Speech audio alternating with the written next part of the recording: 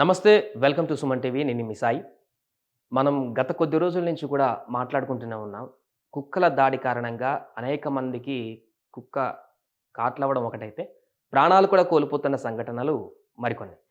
హైదరాబాద్‌లో గతంలో అంబర్‌పేటలో జరిగింది. ఆ తర్వాత ఇంకొక ప్రాంతంలో మరొక పిల్లోడిని లాక్కు వెళ్ళినటువంటి, చంపకు పీక్క తిన్నటువంటి పరిస్థితిని చూసాం. తాజాగా మరొక సంఘటన వెలుగు చూసింది. ఒక వృద్ధురాలని కుక్కలు దాడి చేసి నిద్రిస్తున్నటువంటి వృద్ధురాలిని చంపినటువంటి ఘటన తీవ్ర దిగ్భ్రాంతికి గురిచేస్తుంది. ఆ వార్తను ఒకసారి చూసేటువంటి ప్రయత్నం చేద్దాం. ఎక్కడంటే ఇది ముస్తాబాద్‌లో జరిగింది. సిరిసిల్ల జిల్లా ముస్తాబాద్‌లో ఘటన జరిగింది. సో, అంటే ఈ కుక్కలనేటియి హైదరాబాద్ నగర వ్యాప్తంగానే పెచ్చుమీరలేదు. రాష్ట్ర వ్యాప్తంగా కూడా కుక్కలు ఈ విజృంభణ కొనసాగిస్తున్నాయనే దానికి ఇదొక మరొక ఎగ్జాంపుల్ అని చెప్పొచ్చు. చూద్దాం ఒకసారి పూర్తిగా వార్త. నిద్రిస్తున్న వృద్ధురాలిపై దాడి చేసి చంపిన వీధి కుక్కలు.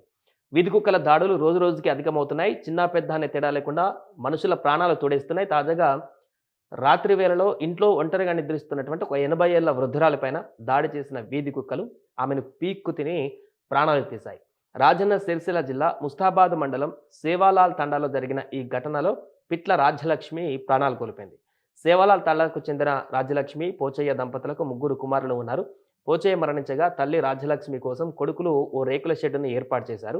వృద్ధాప్య సమస్యలతో 5 ఏళ్లుగా మంచానికే పరిమితమైన రాజ్యలక్ష్మి ఆ షెడ్డులో ఉంటుండగా కొడుకులు సమీపంలోనే వేరుగా ఉంటూ తల్లి బాగోగులు చూస్తున్నారు.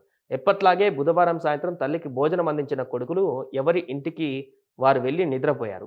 అయితే గదిలో ఒంటరిగా నిద్రిస్తున్న రాజ్యలక్ష్మిపై అర్ధరాత్రి వేళ వీధి కుక్కలు దాడి చేశాయి. ముఖంపై విచక్షణ రహితంగా కొరికి రాజ్యలక్ష్మి ప్రాణం తీశాయి. గురువారం ఉదయం తల్లి దగ్గరకు వెళ్లిన కుమారుడు ఈ ఘోరాన్ని చూసి పోలీసులకు ఫిర్యాదు చేశారు.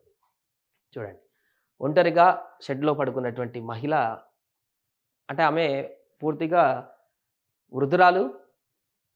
మనలాగా అందరిలాగా దాడి చేస్తుంటే కూడా పోరాడలేనటువంటి పరిస్థితిలో ఉన్నదైతే అర్థమవుతుంది. ఆమెకున్నటువంటి పరిస్థితులను మనం చూస్తుంటే. ఎందుకంటే కొడుకులు అక్కడికి అన్నం తీసుకొచ్చి పెడుతున్నారు కాబట్టి. కాబట్టి కుక్కలు దాడి చేస్తున్నా కూడా దాన్ని ఫైట్ చేసేటువంటి పరిస్థితులు లేదు ఆమె పెద్దావిడ అయినప్పటికీ కూడా. సో, అలాంటి పరిస్థితిని క్యాచ్ చేసుకొని కుక్కలు పూర్తిగా ఆమెను దాడి చేసి విచక్షణ రహితంగా ఆహ్, ఈ రకమైనటువంటి మరణానికి కారణమయ్యాయి. ఇక్కడ మరొక విషయం ఏంటంటే, కొడుకులు కూడా ఆ తల్లిని తమతో పాటు ఇంట్లో పెట్టుకుంటే ఈ ఈ సమస్య వచ్చేది కాదు. పక్కన ఒక షెడ్ ఏర్పాటు చేసి వీళ్ళతో సంబంధం లేనట్టుగా అక్కడ పెట్టుకున్నారు కాబట్టి ఈ ఘటనకు అది కూడా ఒక కారణంగా చెప్పవచ్చు. ఏదేమైనా కూడా ఇలాంటి ఘటనలు జరిగినప్పుడైనా అధికారులు స్పందించి కుక్కలను నియంత్రించేటువంటి కార్యక్రమం, లేదా కుక్కల దాడుల నుంచి మనుషులను కాపాడేటువంటి పరిస్థితి. రాను రాను రోజులలో గతంలో పులులు, సింహాలకే భయపడేటువంటి పరిస్థితి మనకుండేది అడవులలోకి వెళ్తే. కానీ ఇప్పుడు కుక్కలకు కూడా భయపడాల్సిన పరిస్థితి రోడ్డు మీదకి వెళ్తే అనేటువంటి సందర్భాన్ని క్రియేట్ చేస్తున్న ఈ వరుస ఘటనలు. దీన్ని గనక ఆపకపోతే, ప్రభుత్వం చర్యలు తీసుకోకపోతే, కఠినమైనటువంటి నిర్ణయాలు తీసుకోకపోతే భవిష్యత్తులో ఇంకా భయానకమైనటువంటి పరిస్థితులు తలెత్తేటువంటి అవకాశం ఉంటుంది. దీన్ని ఏ రకంగా ప్రభుత్వం సార్ట్ ఔట్ చేస్తుందో చూడాలి. ఇది ఘటన జరిగినప్పుడల్లా స్పందించడమే తప్ప ఇప్పటివరకు పూర్తి స్థాయి సొల్యూషన్ అయితే ఏ ప్రభుత్వాలు కూడా, ఏ అధికారులు కూడా కల్పించినట్టయితే కనపడలేదు.